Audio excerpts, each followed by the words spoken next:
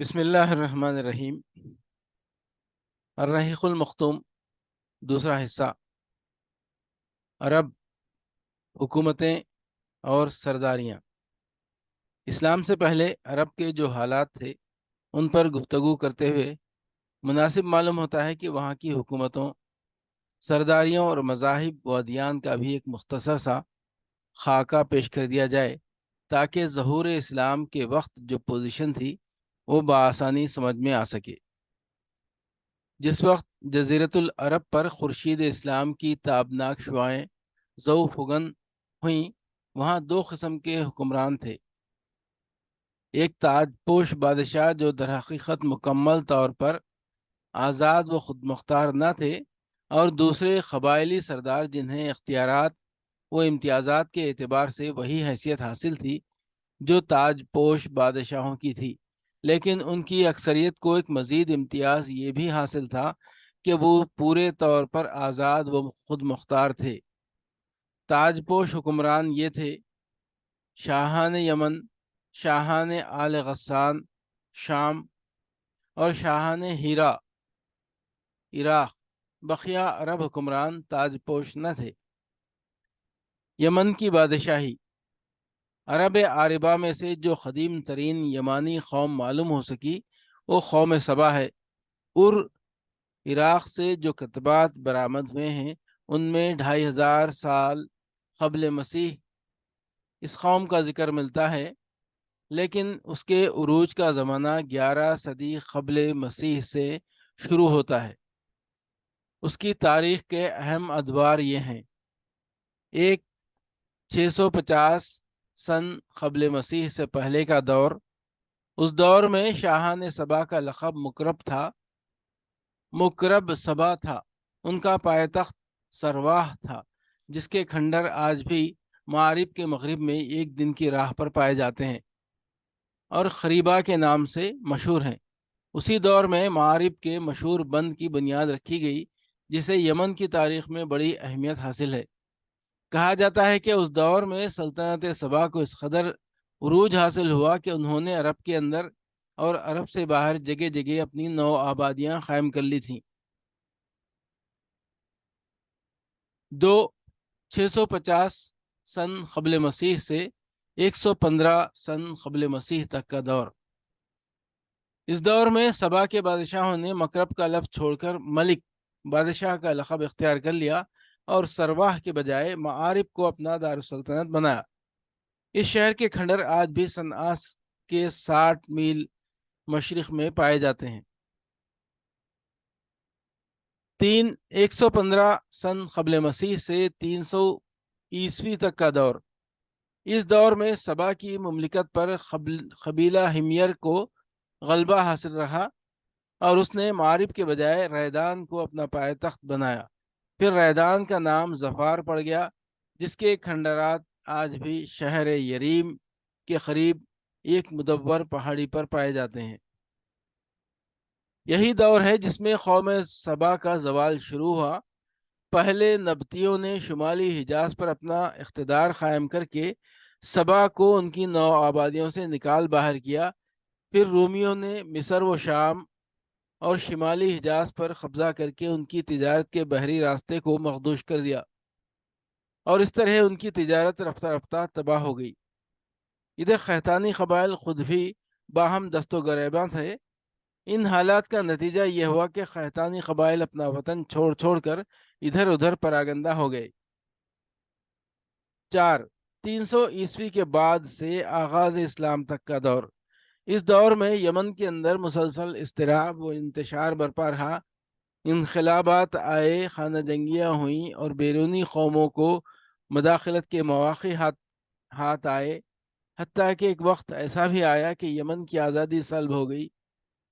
چنانچہ یہی دور ہے جس میں رومیوں نے عدن پر فوجی تسلط قائم کیا اور ان کی مدد سے حبشیوں نے ہمیر و ہمدان کی باہمی کشاکش کا فائدہ اٹھاتے ہوئے 340 عیسوی میں پہلی بار یمن پر قبضہ کیا، جو 378 عیسوی تک برقرار رہا۔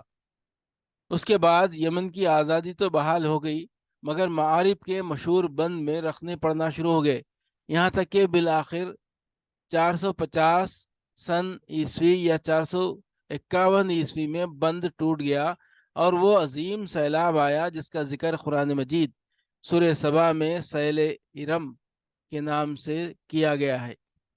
یہ بڑا زبردست حادثہ تھا۔ اس کے نتیجے میں بستیوں کی بستیاں ویران ہو گئی اور بہت سے قبائل ادھر ادھر بکھر گئے۔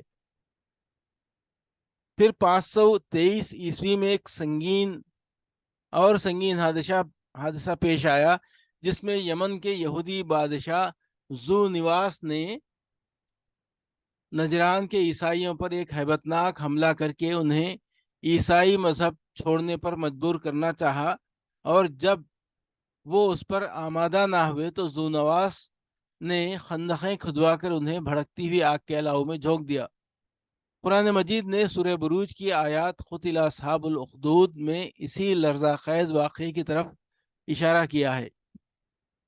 اس واقعے کا نتیجہ یہ ہوا کہ عیسائیت، جو رومی بادشاہوں کی قیادت میں بلاد عرب کی فتوحات اور توسیع پسندی کے لیے پہلے ہی سے چست و چابک دست تھی، انتقام لینے پر تل گئی اور حبشیوں کو یمن پر حملے کی ترغیب دیتے ہوئے انہیں بحری بیڑا مہیا کیا۔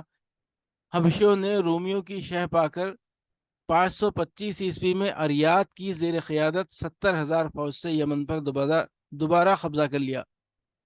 قبضے کے بعد ابتداً تو شاہ حبش کے گورنر کی حیثیت سے اریات نے یمن پر حکمرانی کی، لیکن پھر اس کی فوج کے ایک ماتحت کمانڈر ابرہا نے اسے قتل کر کے خود اقتدار پر قبضہ کر لیا اور شاہ حبش کو بھی اپنے اس تصرف پر راضی کر لیا۔ یہ وہی ابرہا ہے جس نے بعد میں خانہ کعبہ کو ڈھانے کی کوشش کی اور ایک لشکر جرار کے علاوہ چند ہاتھیوں کو بھی فوج کشی کے لیے ساتھ لایا، جس کی وجہ سے یہ لشکر اصحاب فیل کے نام سے مشہور ہو گیا۔ ادھر واقع فیل میں حبشیوں کی جو تباہی ہوئی، اس سے فائدہ اٹھاتے ہوئے اہل یمن نے حکومت فارس سے مدد مانگی اور حبشیوں کے خلاف علم بغاوت بلند کر کے سیف ذی یزن ہمیری کے بیٹے مادی کرب کی قیادت میں حبشیوں کو ملک سے نکال باہر کیا اور ایک آزاد و خود مختار قوم کی حیثیت سے مادی کرب کو اپنا بادشاہ منتخب کر لیا۔ یہ 575 عیسوی کا واقعہ ہے۔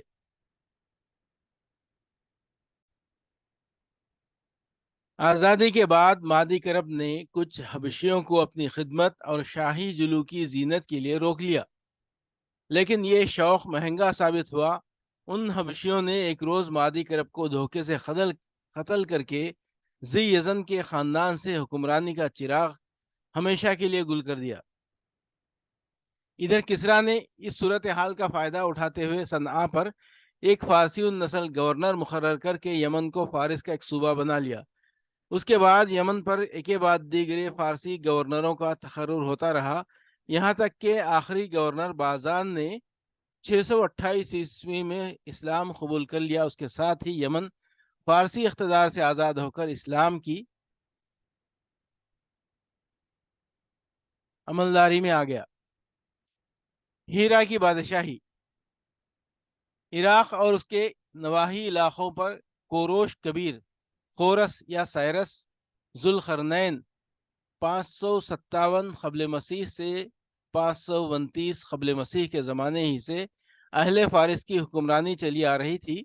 کوئی نہ تھا جو ان کے مد مقابل آنے کی جرت کرتا، یہاں تک کہ 326 قبل مسیح میں سکندر مقدونی نے دارا اول کو شکست دے کر فارسیوں کی طاقت توڑ دی، جس کے نتیجے میں ان کا ملک ٹکڑے ٹکڑے ہو گیا اور طوائف الملوکی شروع ہو گئی۔ یہ انتشار 230 عیسوی تک جاری رہا اور اسی دوران قحطانی قبائل نے ترک وطن کر کے عراق کے ایک بہت بڑے شاداب سرحدی علاقے پر بودباش اختیار کی۔ پھر عدنانی تارکین وطن کا ریلا آیا اور انہوں نے لڑ بھڑ کر جزیرہ فراتیہ کے ایک حصے کو اپنا مسکن بنا لیا۔ ادھر 226 عیسوی میں اردشیر نے جب ساسانی حکومت کی داغبیل ڈالی تو رفتہ رفتہ فارسیوں کی طاقت ایک بار پھر پلٹ آئی۔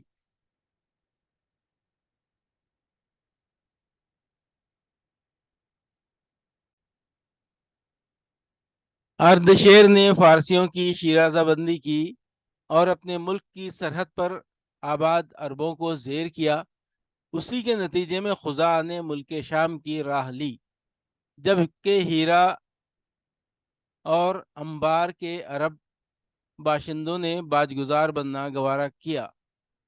اردشیر کے عہد میں ہیرا، بادیت العراق اور جزیرے کے ربعی اور مزری قبائل پر جزیمہ الوضاح کی حکمرانی تھی۔ ایسا معلوم ہوتا ہے کہ اردشیر نے محسوس کر لیا تھا کہ عرب باشندوں پر براہ راست حکومت کرنا اور انہیں سرحد پر لوٹ مار سے باز رکھنا ممکن نہیں ہے، بلکہ اس کی صرف ایک ہی صورت ہے کہ خود کسی ایسے عرب کو ان کا حکمران بنا دیا جائے جسے اپنے کنبے قبیلے کی حمایت و تائید حاصل ہو۔ اس کا ایک فائدہ یہ بھی ہوگا کہ بوقت ضرورت رومیوں کے خلاف ان سے مدد لی جا سکے گی، اور شام کے روم نواز عرب حکمرانوں کے مقابل عراق کے ان عرب حکمرانوں کو کھڑا کیا جا سکے گا۔ شاہان ہیرا کے پاس فارسی فوج کی ایک یونٹ ہمیشہ رہا کرتی تھی، جس سے بادیہ نشین عرب باغیوں کی سرکوبی کا کام لیا جاتا تھا۔ 268 کے عرصے میں جزیمہ فوت ہو گیا اور عمرو بن عدی بن نصر لخمی اس کا جانشین ہوا۔ یہ قبیلہ لخم کا پہلا حکمران تھا اور شاپور اردشیر کا ہم اثر تھا۔ اس کے بعد خباز بن فیروز کے عہد تک ہیرا پر لخمیوں کی مسلسل حکمرانی رہی۔ خباز کے عہد میں مزدک کا ظہور ہوا، جو اباہیت کا علمبردار تھا۔ خباز اور اس کی بہت سی رعایا نے مزدوق کی ہمنوائی کی۔ پھر خباز نے ہیرا کے بادشاہ منذر بن معصمہ کو پیغام بھیجا کہ تم بھی یہی مذہب اختیار کر لو۔ منذر بڑا غیرت مند تھا، انکار کر بیٹھا۔ نتیجہ یہ ہوا کہ خباز نے اسے معزول کر کے اس کی جگہ مزدکی کی دعوت کے ایک پیروکار حارث بن عمرو بن حجر کندی کو ہیرا کی حکمرانی سونپی۔ خباز کے بعد فارس کی باگڈور کسرا کے نوشیروان کے ہاتھ آئی۔ اسے اس مذہب سے سخت نفرت تھی۔ اس نے مزدک اور اس کے ہمنواؤں کی ایک بڑی تعداد کو قتل کروا دیا۔ منذر کو دوبارہ ہیرا کا حکمران بنا دیا اور حارث بن عمرو کو اپنے ہاں بلا بھیجا، لیکن وہ بنو کلب کے علاقے میں بھاگ گیا اور وہیں اپنی زندگی گزار دی۔ منذر بن معصمہ کے بعد نعمان بن منذر کے عہد تک ہیرا کی حکمرانی اسی کی نسل میں چلتی رہی۔ پھر زید بن عدی آبادی نے کسرا سے نعمان بن منذر کی جھوٹی شکایت کی۔ کسرا بھڑک اٹھا اور نعمان کو اپنے پاس طلب کیا۔ نعمان چپکے سے بنو شیبان کے سردار ہانی بن مسعود کے پاس پہنچا اور اپنے اہل و عیال اور مال و دولت کو اس کی امانت میں دے کر کسرا کے پاس گیا۔ کسرا نے اسے قید کر دیا اور وہ قید ہی میں فوت ہو گیا۔ ادھر کسرا نے نعمان کو قید کرنے کے بعد اس کی جگہ ایاس بن خبیثہ تائی کو ہیرا کا حکمران بنایا اور اسے حکم دیا کہ ہانی بن مسعود سے نعمان کی امانت طلب کرے۔ ہانی غیرت مند تھا، اس نے صرف انکار ہی نہیں کیا بلکہ اعلان جنگ بھی کر دیا۔ پھر کیا تھا، ایاس اپنے جلو میں کسرا کے لاؤ لشکر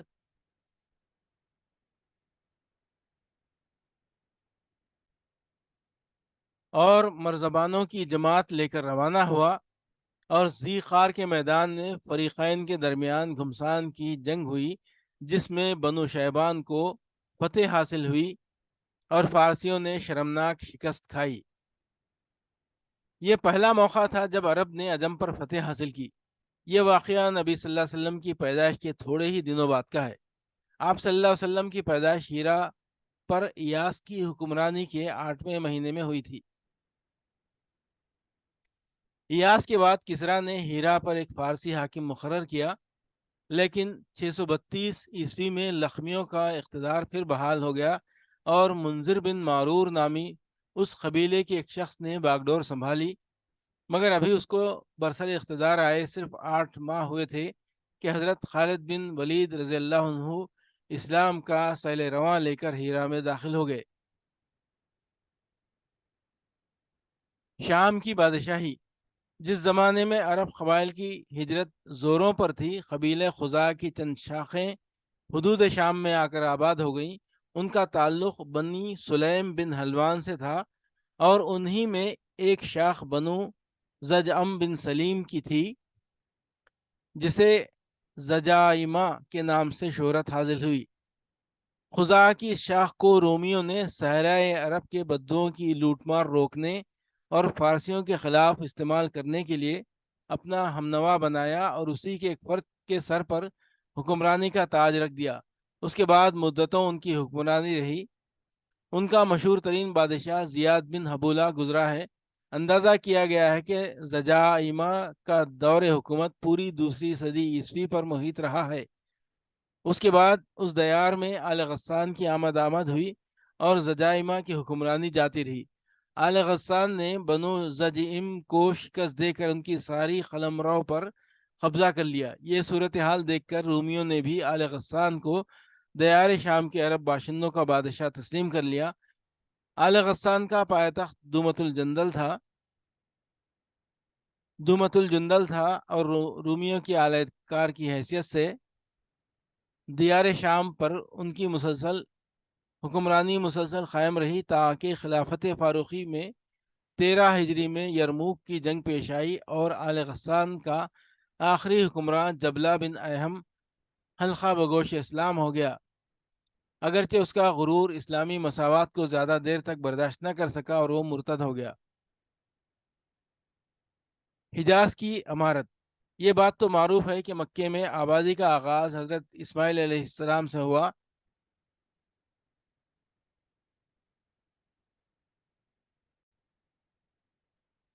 آپ نے 137 سال کی عمر پائی، اور تا حیات مکے کے سربراہ اور بیت اللہ کے متولی رہے۔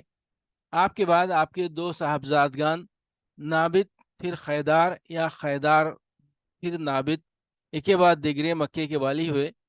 اس کے بعد ان کے نانا مزاز بن عمرو جرہمی نے زمام کار اپنے ہاتھ میں لے لی، اور اس طرح مکے کی سربراہی بنو جرہم کی طرف منتقل ہو گئی، اور ایک عرصے تک انہی کے ہاتھ میں رہی۔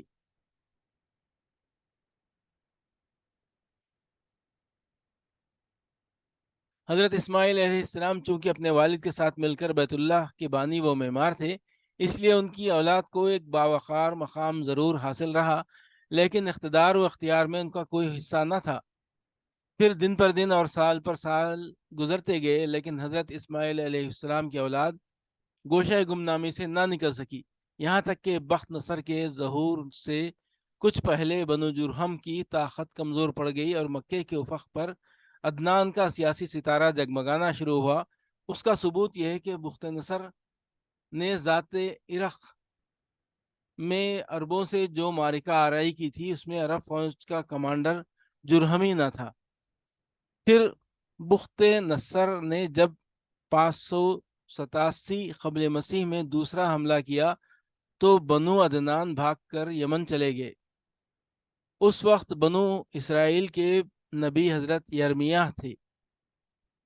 وہ عدنان کے بیٹے معد کو اپنے ساتھ ملک شام لے گئے، اور بخت نصر کا زور ختم ہوا اور معد مکے آئے، تو انہیں مکے میں قبیلہ جرہم کا صرف ایک شخص جرشم بن جلہمہ ملا۔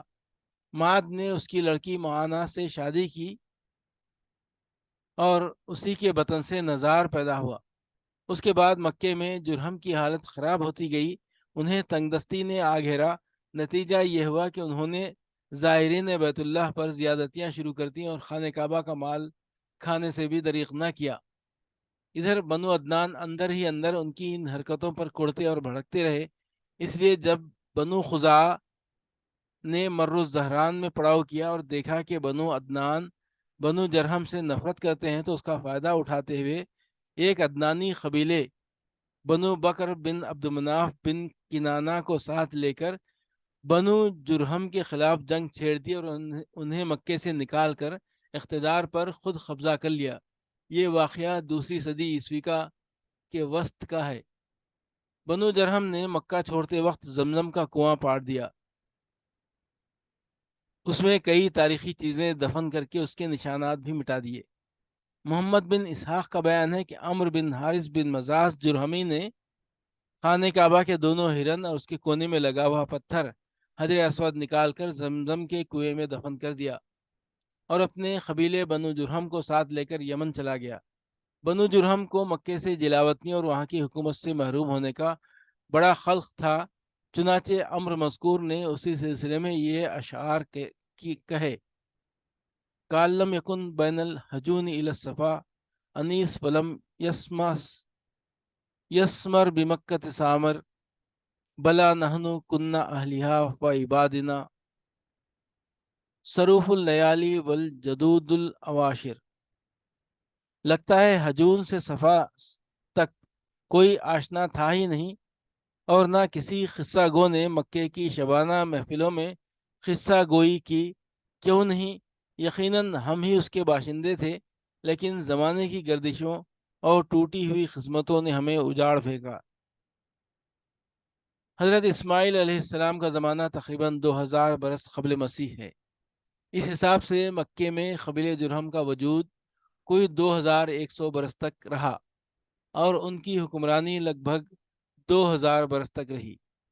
بنو خزاعہ نے مکہ پر قبضہ کرنے کے بعد بنو بکر کو شامل کیے بغیر تنہا اپنی حکمرانی قائم کی۔ البتہ 3 اہم اور امتیازی مناصب ایسے تھے جو مزری قبائل کے حصے میں آئے۔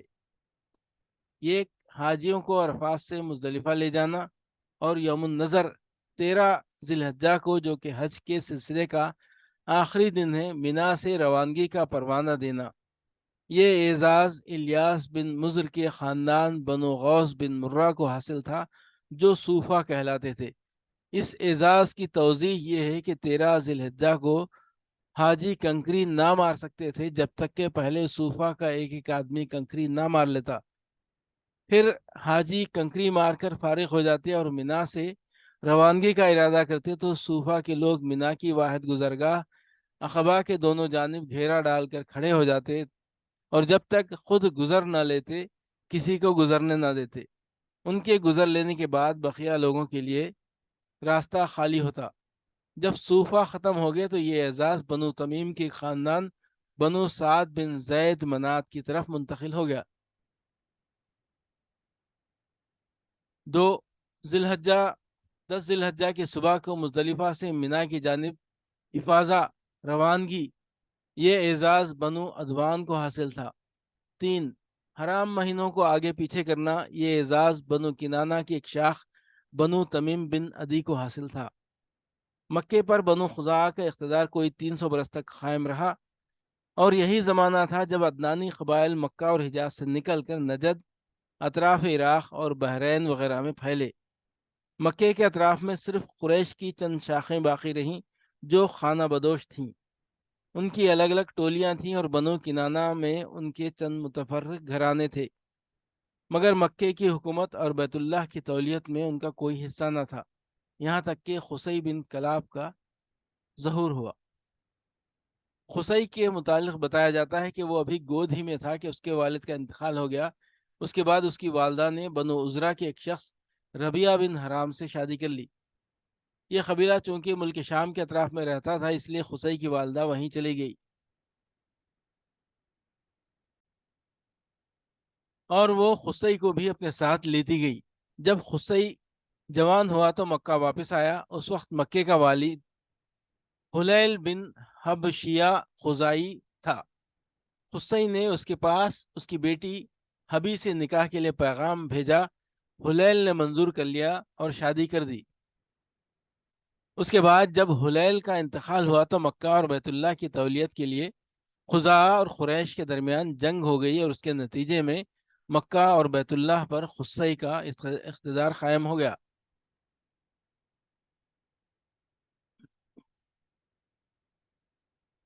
جنگ کا سبب کیا تھا؟ اس بارے میں 3 بیانات ملتے ہیں۔ یہ کہ جب قصی کی اولاد خوب پھل پھول گئی اور اس کے پاس دولت کی بھی فراوانی ہو گئی اور اس کا وقار بھی بڑھ گیا، اور ادھر حلیل کا انتقال ہو گیا، تو قصی نے محسوس کیا کہ اب بنو خزاعہ اور بنو بکر کے بجائے میں کعبے کی تولیت اور مکے کی حکومت کا کہیں زیادہ حقدار ہوں۔ اسے یہ احساس بھی تھا کہ قریش خالص اسماعیلی عرب ہیں اور بقیہ آل اسماعیل کے سردار بھی ہیں، لہٰذا سربراہی کے مستحق وہی ہیں۔ چنانچہ اس نے قریش اور بنو خزاعہ کے کچھ لوگوں سے گفتگو کی کہ کیوں نہ بنو خزاعہ اور بنو بکر کو مکے سے نکال باہر کیا جائے۔ ان لوگوں نے اس کی رائے سے اتفاق کیا۔ دوسرا بیان یہ ہے کہ خزاعہ کے بقول خود حلیل نے قصی کو وصیت کی تھی کہ وہ کعبے کی نگہداشت کرے گا اور مکہ کی باغ ڈور سنبھالے گا۔ تیسرا بیان یہ ہے کہ حلیل نے اپنی بیٹی حبی کو بیت اللہ کی تولیت سونپی تھی اور ابو غبشان خزائی کو اس کا وکیل بنایا تھا۔ چنانچہ حبی کی نائب کی حیثیت سے وہی خانہ کعبہ کا کلید بردار تھا۔ جب حلیل کا انتقال ہوا تو قصی نے ابو غبشان سے ایک مشک شراب کے بدلے کعبے کی تولیت خرید لی، لیکن خزاعہ نے یہ خرید و فروخت منظور نہ کی اور قصی کو بیت اللہ سے روکنا چاہا۔ اس پر قصی نے بنو خزاعہ کو مکے سے نکالنے کے لیے قریش اور بنو کنانہ کو جمع کیا اور وہ قصی کی آواز پر لبیک کہتے ہوئے جمع ہو گئے۔ بہرحال وجہ جو بھی ہو، واقعات کا سلسلہ اس طرح ہے کہ جب حلیل کا انتقال ہو گیا اور صوفہ نے وہی کرنا چاہا جو وہ ہمیشہ کرتے آئے تھے، تو قصی نے قریش اور کنانہ کے لوگوں کو ہمراہ لیا اور اخبا کے نزدیک جہاں وہ جمع تھے ان سے آ کر کہا تم سے زیادہ ہم اس اعزاز کے حقدار ہیں۔ اس پر صوفہ نے لڑائی چھیڑ دی، مگر قصی نے انہیں مغلوب کر کے ان کا اعزاز چھین لیا۔ یہی موقع تھا جب خزاع اور بنو بکر نے قصی سے دامن کشی اختیار کر لی۔ اس پر قصی نے انہیں بھی للکارا۔ پھر کیا تھا، فریقین میں سخت جنگ چھڑ گئی اور طرفین کے بہت سے آدمی مارے گئے۔ اس کے بعد صلح کی آوازیں بلند ہوئیں اور بنو بکر کے ایک شخص یامر بن عوف کو حکم بنایا گیا۔ یامر نے فیصلہ کیا کہ خزاع کے بجائے قصی خانہ کعبہ کی تولیت اور مکے کے اقتدار کا زیادہ حقدار ہے۔ نیز قصی نے جتنا خون بہایا ہے سب رائیگاں قرار دے کر پاؤں تلے رون رہا ہوں۔ البتہ خزاعہ اور بنو بکر نے جن لوگوں کو قتل کیا ہے ان کی دیت ادا کریں اور خانہ کعبہ کو بلا روک ٹوک قصی کے حوالے کر دیں۔ اسی فیصلے کی وجہ سے یامر کا لقب شداخ پڑ گیا۔ شداخ کے معنی ہیں پاؤں تلے روننے والا۔ اس فیصلے کے نتیجے میں قصی اور قریش کو مکے پر مکمل نفوذ اور سیادت حاصل ہو گئی اور قصی بیت اللہ کا دینی سربراہ بن گیا، جس کی زیارت کے لیے عرب کے گوشے گوشے سے آنے والوں کا تانتا بندھا رہتا تھا۔ مکے پر قصی کے تسلط کا یہ واقعہ 5ویں صدی عیسوی کے وسط یعنی 440 عیسوی کا ہے۔ قصی نے مکے کا بندوبست اس طرح کیا کہ قریش کو اطراف مکہ سے بلا کر پورا شہر ان پر تقسیم کر دیا اور ہر خاندان کی بودباش کا ٹھکانہ مقرر کر دیا۔ البتہ مہینے آگے پیچھے کرنے والوں کو نیز آل صفوان، بنو عدوان اور بنو مرہ بن عوف کو ان کے مناصب پر برقرار رکھا، کیونکہ قصی سمجھتا تھا کہ یہ بھی دین ہے جس میں رد و بدل کرنا درست نہیں۔ قصی کا ایک کارنامہ یہ بھی ہے کہ اس نے حرم کعبہ کے شمال میں دار الندوہ تعمیر کیا۔ اس کا دروازہ مسجد کی طرف تھا۔ دار الندوہ در حقیقت قریش کی پارلیمنٹ تھی، جہاں تمام بڑے بڑے اور اہم معاملات کے فیصلے ہوتے تھے۔ قریش پر دار الندوہ کے بڑے احسانات ہیں، کیونکہ یہ ان کی وحدت کا ضامن تھا اور یہیں ان کے الجھے ہوئے مسائل بحسن و خوبی طے ہوتے تھے۔ قصی کو سربراہی اور عظمت کے حسب ذیل مظاہر حاصل تھے۔ ایک دار الندوہ کی صدارت، جہاں بڑے بڑے معاملات کے متعلق مشورے ہوتے تھے اور جہاں لوگ اپنی لڑکیوں کی شادیاں بھی کرتے تھے۔ 2 لوا یعنی جنگ کا پرچم قصی ہی کے ہاتھوں باندھا جاتا تھا۔ 3 حجابت یعنی خانہ کعبہ کی پاسبانی۔ اس کا مطلب یہ ہے کہ خانہ کعبہ کا دروازہ قصی ہی کھولتا تھا اور وہی خانہ کعبہ کی خدمت اور کلید برداری کا کام انجام دیتا تھا۔ 4 سقایا پانی پلانا۔ اس کی صورت یہ تھی کہ کچھ حوض میں حاجیوں کے لیے پانی بھر دیا جاتا تھا اور اس میں کھجور اور کشمش ڈال کر اسے شیریں بنا دیا جاتا تھا۔ جب حجاج مکہ آتے تھے تو اسے پیتے تھے۔ رفادہ حاجیوں کی میزبانی۔ اس کے معنی یہ ہے کہ حاجیوں کے لیے بطور ضیافت کھانا تیار کیا جاتا تھا۔ اس مقصد کے لیے قصی نے قریش پر ایک خاص رقم مقرر کر رکھی تھی جو موسم حج میں قصی کے پاس جمع کی جاتی تھی۔ قصی اس رقم سے حاجیوں کے لیے کھانا تیار کراتا تھا۔ جو لوگ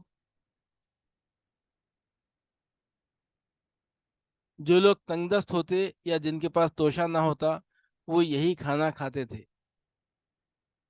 یہ سارے مناصب قصی کو حاصل تھے۔ قصی کا پہلا بیٹا عبدالدار تھا، مگر اس کے بجائے دوسرا بیٹا عبدالمناف قصی کی زندگی ہی میں شرف و سعادت کے مقام پر پہنچ گیا تھا۔ اس لیے قصی نے عبدالدار سے کہا کہ یہ لوگ اگرچہ شرف و سعادت میں تم پر بازی لے جا چکے ہیں، مگر میں تمہیں ان کے ہم پلہ کر کے رہوں گا۔ چنانچہ قصی نے اپنے سارے مناصب اور اعزازات کی وصیت عبدالدار کے لیے کر دی، یعنی دار الندوہ کی ریاست، خانہ کعبہ کی حجابت، لواء، سقایت اور رفادہ سب کچھ عبدالدار کو دے دیا۔ چونکہ کسی کام میں قصی کی مخالفت نہیں کی جاتی تھی اور نہ اس کی کوئی بات مسترد کی جاتی تھی، بلکہ اس کا ہر اقدام اس کی زندگی میں بھی اور اس کی موت کے بعد بھی واجب الاتباع دین سمجھا جاتا تھا، اس لیے اس کے وفات کے بعد اس کے بیٹوں نے کسی نزاع کے بغیر اس کی وصیت قائم رکھی۔ لیکن جب عبد مناف کی وفات ہو گئی تو اس کے بیٹوں کا ان مناصب کے سلسلے میں اپنے چچیرے بھائیوں یعنی عبدالدار کی اولاد سے جھگڑا ہوا۔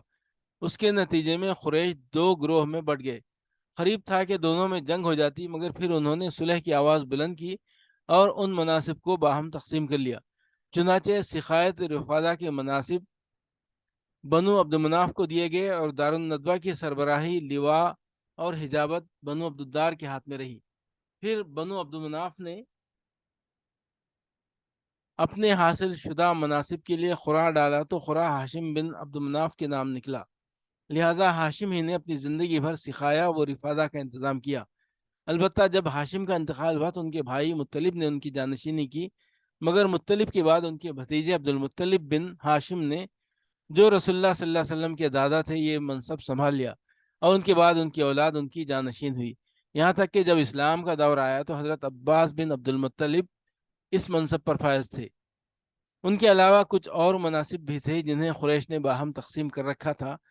ان مناصب اور انتظامات کے ذریعے قریش نے ایک چھوٹی سی حکومت، بلکہ حکومت نما انتظامیہ قائم کر رکھی تھی، جس کے سرکاری ادارے اور تشکیلات کچھ اسی ڈھنگ کی تھیں جیسی آج کل پارلیمانی مجلسیں اور ادارے ہوا کرتے ہیں۔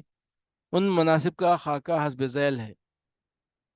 یہ ایک ایثار، ایثار یعنی فالگیری اور قسمت دریافت کرنے کے لیے بتوں کے پاس جو تیر رکھے رہتے تھے ان کی تولیت، یہ منصب بنو جمح کو حاصل تھا۔ دو، مالیات کا نظم، یعنی بتوں کے تقرب کے لیے جو نذرانے اور قربانیاں پیش کی جاتی تھیں ان کا انتظام کرنا، نیز جھگڑے اور مقدمات کا فیصلہ کرنا، یہ کام بنو سہم کو سونپا گیا تھا۔ تین، شورا، یہ اعزاز بنو اسد کو حاصل تھا۔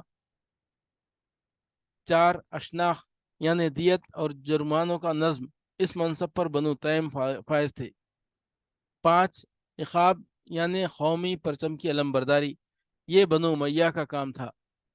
چھ، خبہ یعنی فوجی کیمپ کا انتظام اور شہ سواروں کی قیادت، یہ بنو مخزوم کے حصے میں آیا تھا۔ سات، سفارت، بنو عدی کا منصب تھا۔ بقیہ عرب سرداریاں، ہم پچھلے صفحات میں قحطانی اور عدنانی قبائل کے ترک وطن کا ذکر کر چکے ہیں اور بتلا چکے ہیں کہ پورا ملک عرب ان قبائل کے درمیان تقسیم ہو گیا تھا۔ اس کے بعد ان کی عمارتوں اور سرداریوں کا نقشہ کچھ یوں تھا کہ جو قبائل ہیرا کے ارد گرد آباد تھے انہیں حکومت ہیرا کے تابع مانا گیا، اور جن قبائل نے بادیت الشام میں سکونت اختیار کی تھی انہیں غسانی حکمرانوں کے تابع قرار دیا گیا، مگر یہ ماتحتی صرف نام کی تھی، عملاً نہ تھی۔ ان دو مقامات کو چھوڑ کر اندرون عرب آباد قبائل بہر طور آزاد تھے۔ ان قبائل میں سرداری نظام رائج تھا۔ قبیلے خود اپنا سردار مقرر کرتے تھے اور ان سرداروں کے لیے ان کا قبیلہ ایک مختصر سی حکومت ہوا کرتا تھا۔ سیاسی وجود و تحفظ کی بنیاد قبائلی وحدت پر مبنی عصبیت اور اپنی سرزمین کی حفاظت و دفاع کے مشترکہ مفادات تھے۔ قبائلی سرداروں کا درجہ اپنی قوم میں بادشاہوں جیسا تھا۔ قبیلہ صلح و جنگ میں بہرحال اپنے سردار کے فیصلے کے تابع ہوتا تھا اور کسی حال میں اس سے الگ تھلگ نہیں رہ سکتا تھا۔ سردار کو وہی مطلق العنانی اور استبداد حاصل تھا جو کسی ڈکٹیٹر کو حاصل ہوا کرتا ہے۔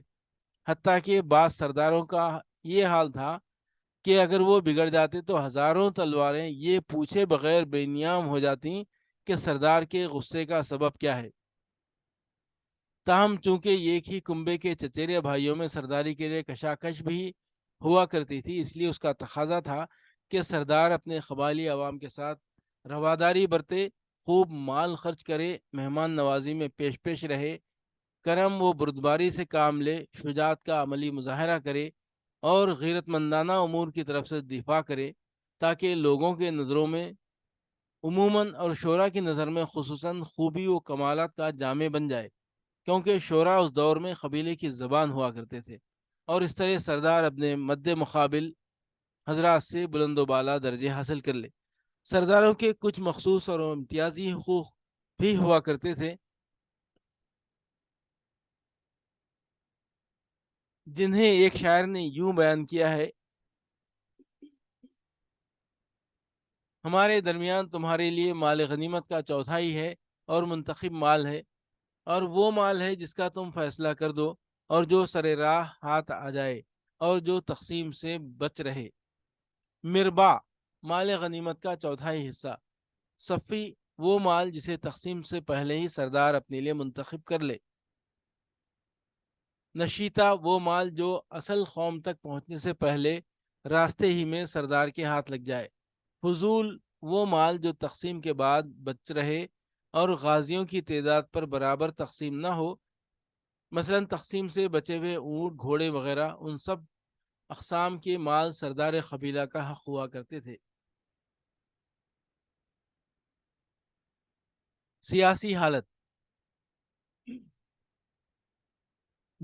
جزیرت العرب کی حکومتوں اور حکمرانوں کا ذکر ہو چکا، بیجا نہ ہوگا کہ اب ان کے کسی قدر سیاسی حالات بھی ذکر کر دیے جائیں۔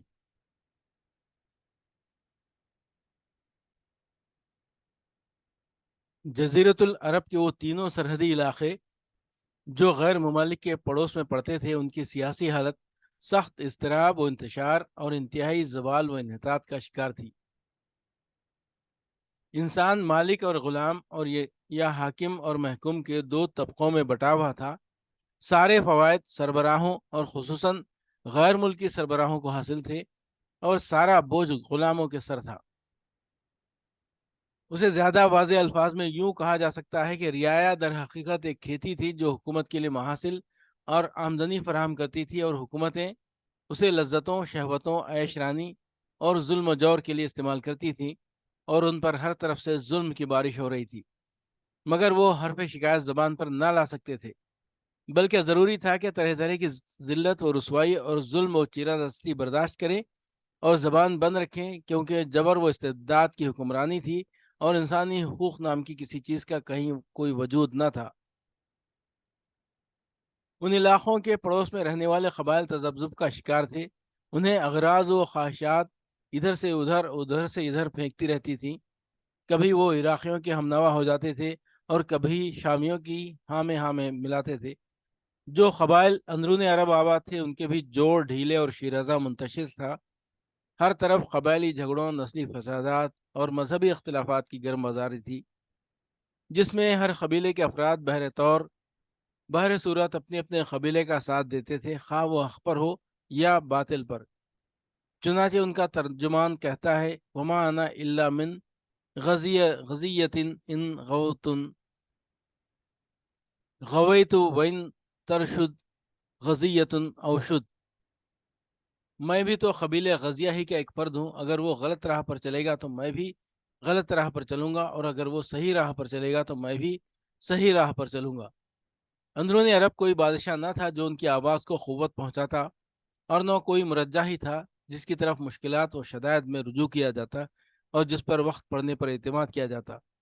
ہاں، حجاز کی حکومت کو قدر و احترام کی نگاہ سے یقیناً دیکھا جاتا تھا، اور اسے مرکزی دین کا قائد و پاسبان بھی تصور کیا جاتا تھا۔ یہ حکومت در حقیقت ایک طرح کی دنیاوی قیادت اور دینی پیشوائی کا معجون مرکب تھی۔ اسے اہل عرب پر دینی پیشوائی کے نام سے بالادستی حاصل تھی،